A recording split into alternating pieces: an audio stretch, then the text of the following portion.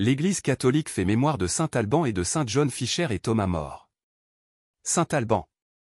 L'Angleterre voit en lui son premier martyr chrétien.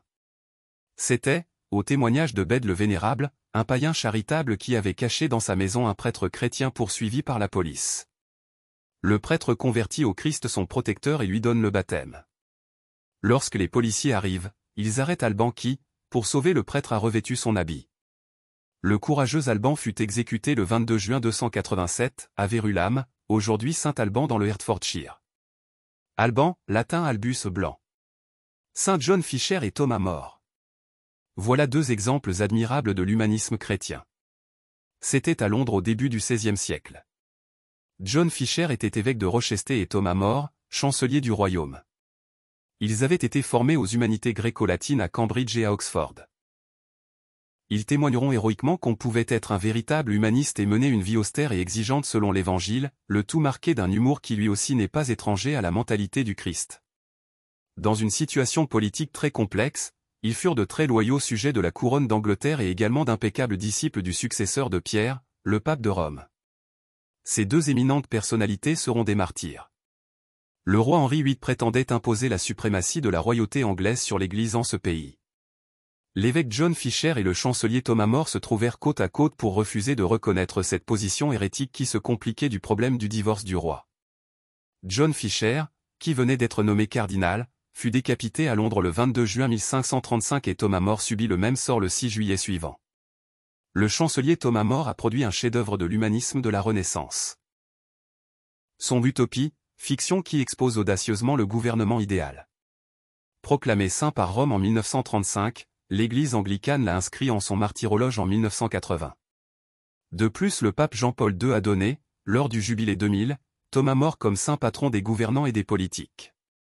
Laïc, époux et père de famille, chancelier, premier ministre du royaume, généreux donateur aux pauvres, loyal sujet du roi et serviteur intrépide du Christ, il cultivait en même temps les arts et l'ascèse, dans le monde sans être du monde, martyr de la liberté de conscience, dans la simplicité et l'humour. Face à l'échafaud, il dit au bourreau, « S'il te plaît, aide-moi à monter. Pour descendre, je pourrai tout seul. » Tout comme Jean, John signifie en hébreu « Dieu a fait grâce », Yohanan. Thomas est également un nom hébreu, qui a le sens de « jumeau ». Saint Alban, Saint John Fisher et Thomas More, priez pour nous. Évangile. Ils mangèrent et ils furent tous rassasiés. Alléluia. Alléluia.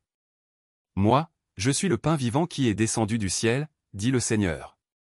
Si quelqu'un mange de ce pain, il vivra éternellement. Alléluia. Évangile de Jésus-Christ selon saint Luc. En ce temps-là, Jésus parlait aux foules du règne de Dieu et guérissait ceux qui en avaient besoin. Le jour commençait à baisser. Alors les 12 s'approchèrent de lui et lui dirent : Renvoie cette foule. Qu'ils aillent dans les villages et les campagnes des environs, afin d'y loger et de trouver des vivres. Ici nous sommes dans un endroit désert. Mais il leur dit : Donnez-leur vous-même à manger.